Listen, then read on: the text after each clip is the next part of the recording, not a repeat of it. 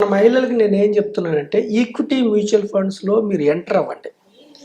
అది కూడా diversified equity mutual ఫండ్స్లో ఎంటర్ అవ్వండి. నెలకి 1000 రూపాయలు. చిన్న వాళ్ళైతే 10,000 వచ్చే వాళ్ళైతే నెలకు 1000 రూపాయలు. లేదు ఒక 20-30 వేలు వచ్చే వాళ్ళైతే నెలకు 3,000 రూపాయలు మీరు ప్రతి నెల కట్టేలాగా ఈక్విటీ మ్యూచువల్ ఫండ్లోకి మీరు ఎంటర్ కండి. ఎంటర్ అయితే ఏమిటి లాభం మీకు అర్థం కావటం కోసం నేను క్యాలిక్యులేషన్స్ ఇస్తున్నాను.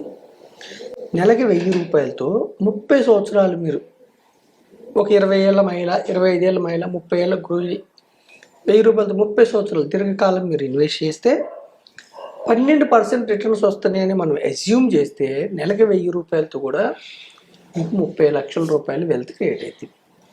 అదే 3,000 కట్టే మహిళకి 30 ఇయర్స్, ఒక 25 ఇయర్స్ అప్పుడు మీరు ఎంటర్ అయ్యి ఒక 30 ఇయర్స్ అయిపోయింటే ఇంకొక 30 ఇయర్స్ మీరు పెట్టుకుంటే 12%తో సిప్ క్యాలిక్యులేటర్ గూగుల్లోకి వెళ్ళి మీరు చూసుకోండి. 12% అజ్యూమ్షన్. ఇది గ్యారంటీయా? రిటర్న్ అంటే గ్యారంటీ కాదు. 12 రావచ్చు, 11 రావచ్చు, 10 రావచ్చు, ఇంకెక్కువ కూడా రావచ్చు. మనం ఎందుకు 12% ఇస్తున్నామంటే సెన్సెక్స్ హిస్టారికల్ రిటర్న్స్ 15% ఇచ్చింది, నిఫ్టీ కూడా 12 to 14 ఇచ్చింది కాబట్టి మనం గత చరిత్రను తీసుకొని ఇస్తున్నాం. నెలకు 3,000తో కూడా మీకు 93 లక్షలు వస్తుంది 30 సంవత్సరాల్లో. ఒక్కొక్క సంవత్సరం 31 సంవత్సరం పెడితే మీరు 1,03,00,000 వస్తుంది 12%తో. ప్రతి మహిళ కోటీశ్వరాలు కావాలన్నది నా కోరిక. ఎలా అవుతారు మరి మీరు? ఎలా అవుతారంటే ఈక్విటీ మ్యూచువల్ ఫండ్స్లో మీరు ఇన్వెస్ట్ చేస్తే మీ యొక్క డబ్బుని ఈక్విటీ మ్యూచువల్ ఫండ్ సంస్థలో 30 నుంచి 50 కంపెనీల్లో మీకోసం షేర్లు కొంటారు. మీకోసం మీరు ఇంట్లో పనిచేస్తూ కూడా సెకండ్ ఇన్కమ్ జనరేట్ చేసుకోవచ్చు. సెకండ్ ఇన్కమ్ కూడా సక్రమ సంపాదన. ఎంతోమంది, కొంతమంది ఏం చేస్తారు, మహిళలు చేయరు, కొంతమంది ఏం చేస్తారు, లంచాలని అవన్నీ ఇవన్నీ మోసాలు చేసి ధనవంతులు అవుతారు. ఇక్కడ మీరు రైట్ రాయల్గా గవర్నమెంట్ ఇచ్చిన ఆపర్చునిటీ. ఈక్విటీస్ స్టాక్ మార్కెట్ అనేది గవర్నమెంట్ ఇచ్చిన ఆపర్చునిటీ.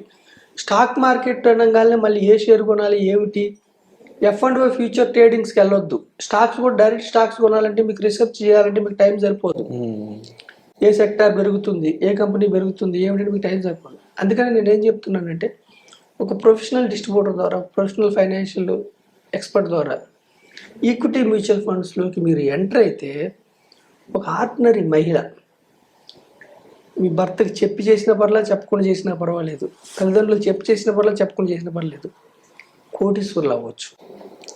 ఇప్పుడు మనం ఆర్డినరీగా ఉన్నా కానీ, మధ్యతరగతి వారిగా ఉన్నా కానీ 20-25 ఏళ్ళు 30 ఏళ్ళ తర్వాత మన కుటుంబాన్ని ఆర్థికంగా ఎంపవర్ చేసుకోవచ్చు.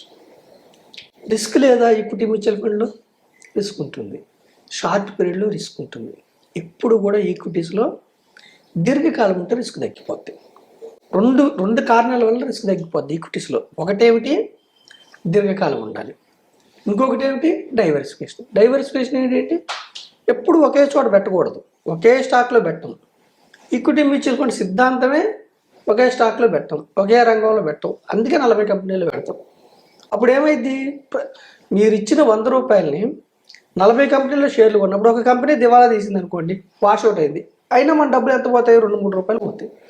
అందుకని డైవర్సిఫికేషన్ వల్ల ఏమవుద్ది, రిస్క్ తగ్గిపోద్ది. దీర్ఘకాలం ఉండటం వల్ల ఏమవుద్ది, వాలటిలిటీ మీకు ఫ్రెండ్ అయింది. ప్రతి నెల మీరు కొంటున్నారు కాబట్టి, మీరు కొనేవాళ్ళు కాబట్టి ప్రతి నెల కొంటున్నారండి. మీరు సపోజ్ విరాట్ గారు మీరు బైక్ కొన్నారు 1,00,000, నెక్స్ట్ మంత్ 90,000కి వచ్చింది బైక్, మీకు లాభం కదా కొనే వాళ్ళకి, అవునా కదా? ఇప్పుడు బంగారం కొంటున్నారు మహిళలు, తులం 80,000 అనుకోండి, 75,000కి వచ్చింది, కొనే వాళ్ళకి లాభమా నష్టమా? తక్కువ దొరుకుతుంది. అలాగే స్టాక్స్ కూడా మనం 30 ఏళ్ళు ఎందుకు చెప్పామంటే ఎవ్రీ మంత్ కొంటున్నాం మనం 3,000తో, మహిళలు కొంటున్నారు ఎవ్రీ మంత్ 3,000తో, 30 నుంచి 50 కంపెనీల స్టాక్స్. దానివల్ల ఏమైంది, యావరేజ్ రేటు తక్కువకి వస్తుంది. దానివల్ల ఎస్ఐపి పద్ధతి అనేది అవలంబించినట్లయితే ఎక్కువ ప్రాఫిట్స్ లాంగ్ టర్మ్ లో ఉంటుంది. ఎస్ఐపి ఎవరు చెప్తున్నావు అంటే ఒకటేసారి డబ్బు లేదు కాబట్టి మీకు ఎస్ఐపి చెప్తున్నాం.